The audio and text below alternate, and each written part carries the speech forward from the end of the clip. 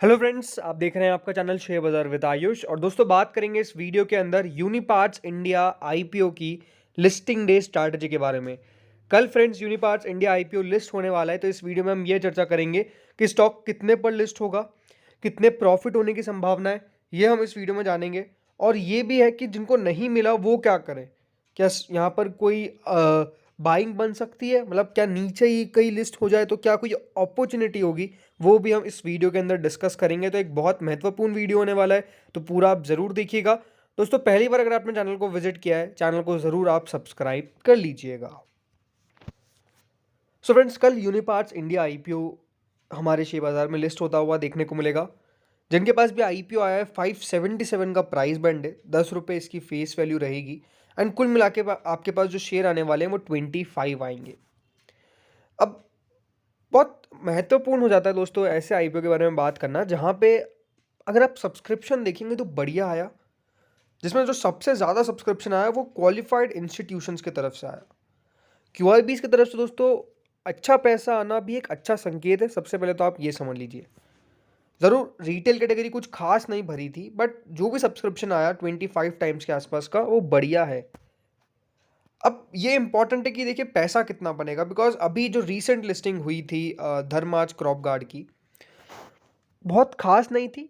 इसमें कोई डाउट नहीं है, क्योंकि 10-12% अगर वो लिस्टिंग गेन दे रहा है, जहाँ पे ग्रे मार्केट के समय पे दिखाई थी कि 25% तक मिल सकता है, वो दिखाता है कि हाँ डेफिनेटली मेन लाइन आईपीओ के अंदर जो लिस्टिंग गेन है वो कुछ खास ज़्यादा नहीं हो रहा है। और इसीलिए मैंने पहले भी एक वीडियो में बात करी थी कि जो भी दोस्तों लिस्टिंग की परिभाषा है कि एक अच्छी लिस्टिंग कौन सी है, खराब लिस्टिंग कौन सी है, वो चेंज हो चुकी है। बम्पर लिस्टिंग कौन सी है वो चेंज हो चुकी है। अब वो 100% के रिटर्न्स नहीं मिलते हैं किसी को भी लिस्टिंग गेन पे, अगर आपको आईपीओ मिल जाए। भले सब्सक्रिप्शन अच्छा भी आ जाए उस आईपीओ के अंदर, तब भी दोस्तों वो 100% ऊपर लिस्ट नहीं हो सकता, बिकॉज वैल्यूएशंस आर चेंज। ये आपको समझना पड़ेगा। ओके, वैल्यूएशंस बहुत चेंज हो चुकी है, और हर चीज़ यहाँ पर आपको डेफिनेटली अब एक दूसरे पर्सपेक्टिव से देखने को मिलती है। मार्केट्स में भी ओवर वैल्यूएशन है बहुत सारी जगह, जिसका मुझे लगता है कि सबसे ज़्यादा इफेक्ट्स अभी मेन लाइन आईपीओ पे आ रहा है। बिकॉज जो भी आईपीओ आ रहा है वो कुछ खास नहीं कर पा रहा है, रिटर्न्स कुछ खास नहीं दे पा रहा है। अब याद भी नहीं आता है कि कौन सा आखिरी आईपीओ था मेन लाइन का जिसने 50% तक के लिस्टिंग गेन दिए थे इन्वेस्टर्स को। डेफिनेटली याद नहीं आता, क्योंकि ऐसे अब आईपीओ आ नहीं रहे। ओके, तो ये अपने आप में एक इंपॉर्टेंट बात है। अब यूनिपार्ट्स इंडिया के ऊपर बात करते हैं। अब जिनके पास भी आया है 577 का आएगा आपको। अभी तक अगर आपके डीमैट में नहीं आया तो कोई चिंता करने वाली बात नहीं है, आपके पास मेल तो आ ही गया होगा, और डीमैट में भी अगर नहीं आया है तो आ जाएगा वो कल सुबह से पहले पहले, चिंता मत करिएगा। अब सबसे पहले देखते हैं हमारी लिस्टिंग डे स्ट्रैटेजी बनेगी क्या। सो फ्रेंड्स, इसके लिए सबसे पहले तो ग्रे मार्केट आप देखिए। ग्रे मार्केट कितनी चल रही है यूनिपार्ट्स इंडिया की? ग्रे मार्केट चल रही है 51 रुपीज़। इसका मतलब क्या है कि लिस्टिंग गेन पे आपको 8.84% तक का रिटर्न मिल जाएगा। 577 का 628 पे लिस्ट हो जाएगा। तो एक तो ग्रे मार्केट का पर्सपेक्टिव है जो हमको लेके चलना है, जो ग्रे मार्केट दिखा रहा है 51 रुपीज़। सो फ्रेंड्स, एक बार हम लिस्टिंग गेन का अगर पूरा जो अभी पर्सपेक्टिव है उसको एक बार ग्रे मार्केट में लेके चलते हैं। ठीक है, ग्रे मार्केट क्या दिखा रही है? ग्रे मार्केट दिखा रही है कि जो आपका आईपीओ है, जो आपका शेयर है, वो लिस्ट होगा। और जो 577 का प्राइस बैंड है, 51 रुपीज़ करंट ग्रे मार्केट चल रही है। इसका मतलब क्या है कि आईपीओ आपको जो लिस्ट होता हुआ देखने को मिलेगा, उसमें जो प्रॉफिट होगा वो कितना हो जाएगा? प्रॉफिट दोस्तों हो जाएगा यहाँ पे करीबन 1275 रुपये का। 628 629 के आसपास लिस्टिंग आपको होती हुई देखने को मिल जाएगी, और इस प्रकार से आईपीओ जो है वो लिस्ट हो जाएगा। 628 लिस्टिंग एस्टीमेट दिखा रहा है अकॉर्डिंग टू, अगेन हम ग्रे मार्केट चले तो। बट ये बात ध्यान रखिएगा, ग्रे मार्केट कोई एग्जैक्ट फिगर नहीं बताता है। ग्रे मार्केट का मतलब ये नहीं है कि बिल्कुल इसी पर ये लिस्ट होता हुआ देखने को मिलेगा। ग्रे मार्केट बताता है कि क्या, कि हाँ इसके आसपास लिस्ट हो सकता है। एंड डेफिनेटली अभी हमने सब कुछ समझा भी है। जो जो भी आईपीओ लिस्ट हुए हैं जिनकी ग्रे मार्केट दिखा रहा था, वो एग्जैक्टली उसके आसपास भी लिस्ट नहीं हुए। बहुत सारे तो बहुत नीचे हो गए, बहुत सारे बहुत ऊपर हो गए। तो ये अपने आप में एक चीज़ होती है। ठीक है, अब हमेशा एक पर्सपेक्टिव आपको लेके चलना पड़ेगा, क्योंकि ग्रे मार्केट के अकॉर्डिंग तो बिल्कुल लिस्टिंग नहीं होती है, उसके आसपास लिस्टिंग हो जाती है, इसमें कोई डाउट नहीं है। बट अगेन सिचुएशन क्या है? सिचुएशन फर्स्ट ये है कि दोस्तों मार्केट किस प्रकार से मूव करता है। देखिए, फर्स्ट सिचुएशन में क्यों ले रहा हूँ, बिकॉज मार्केट में अभी आपको थोड़ी सी सेलिंग देखने को मिल रही है, एंड इसीलिए एक हमको थोड़ा सा रिस्क मैनेज करके चलना पड़ता है। तो पहला क्या है कि दोस्तों जो लिस्टिंग एस्टिमेट रहेगा हमारा इस आईपीओ का, वो ये है कि इसकी लिस्टिंग कहाँ होगी? लिस्टिंग होगी अराउंड 600 to 620 के बीच में। या फिर आप ले लीजिए 630, इसके बीच में लिस्ट हो जाएगा। अब अगर ये लिस्टिंग एस्टीमेट बैठता है कि ये अगर मार्केट थोड़ा सा यहाँ पर स्ट्रेच हुआ, मार्केट में थोड़ी सी गिरावट आपको आती हुई देखने को मिल रही है, तो 600 से 630 के बीच में अगर ये लिस्ट हो गया कहीं भी, तो वो अच्छी लिस्टिंग होगी। मतलब 600 के नीचे नहीं होना चाहिए, ये अपना आप में एक बहुत इंपॉर्टेंट बात है। देखिए इतना 600 रुपये में क्यों ले रहा हूँ, ये भी उसके पीछे का रीज़न साफ साफ यही है दोस्तों, कि थोड़ा सा आपको भी रिस्क मैनेज करना पड़ेगा, क्योंकि मार्केट के अंदर जिस प्रकार की अभी मूव आ रही है। दूसरी बात क्या है कि जो भी धर्माज क्रॉप लिस्ट हुआ था, जहाँ 20% दिखा रहा था लिस्टिंग गेन एक दिन पहले, उसके अगले दिन इतना सब कुछ चेंज हो गया कि वो ओनली 12% तक आपको दे पाया।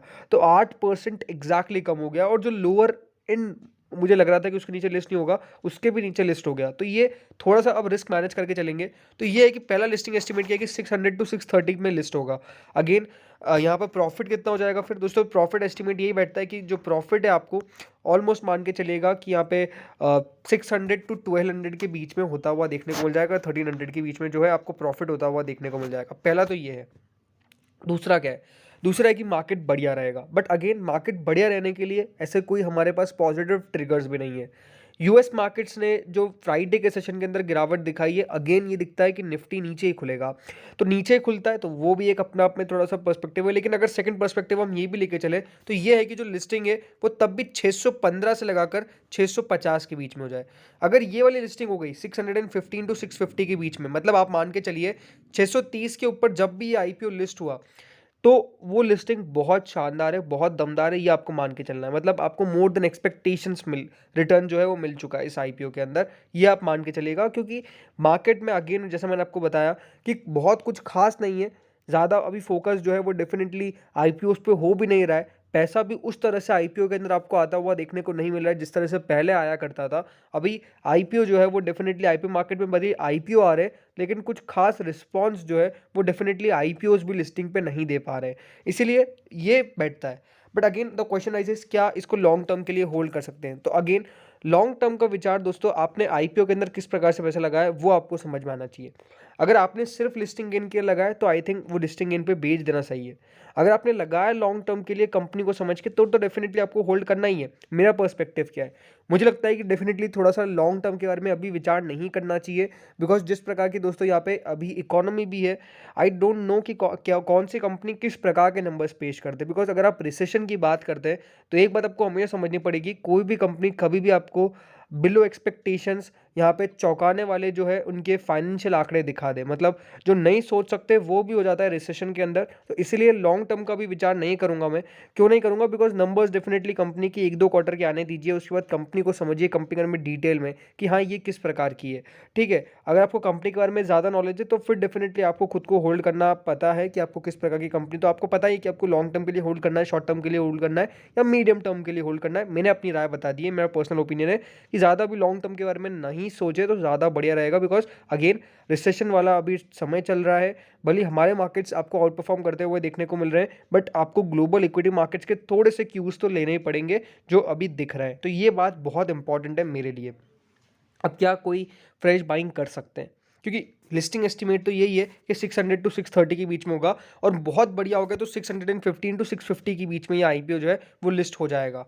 तो ये है कि क्या जिनके पास नहीं आया क्या वो बाय कर सकते हैं? तो मेरा मानना यही है कि definitely we had to wait, not go on the listing day.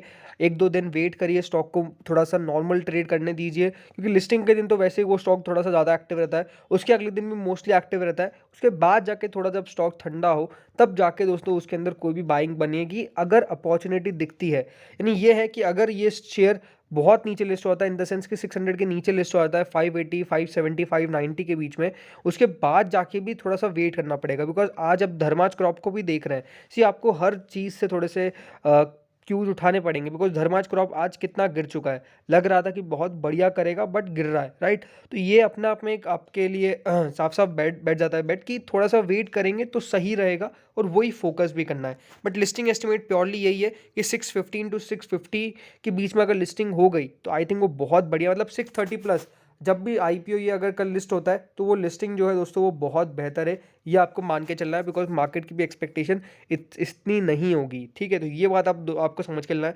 And क्योंकि यूनिपार्ट्स इंडिया की ग्रे मार्केट एक समय पर तो बहुत शानदार चल रही थी, बट उसके बाद से कुछ खास नहीं कर पाई है, तो इसलिए रीज़न भी दिखता नहीं कि बहुत बड़ी बेहतर लिस्टिंग आप इससे देख सकेंगे। तो ये बात बहुत इंपॉर्टेंट है। तो यही था दोस्तों इस वीडियो के अंदर। तो होपफुली आपको वीडियो बढ़िया लगा होगा। क्या लगता है आपको कमेंट सेक्शन में मुझे बताइएगा। Thank you friends watching this video.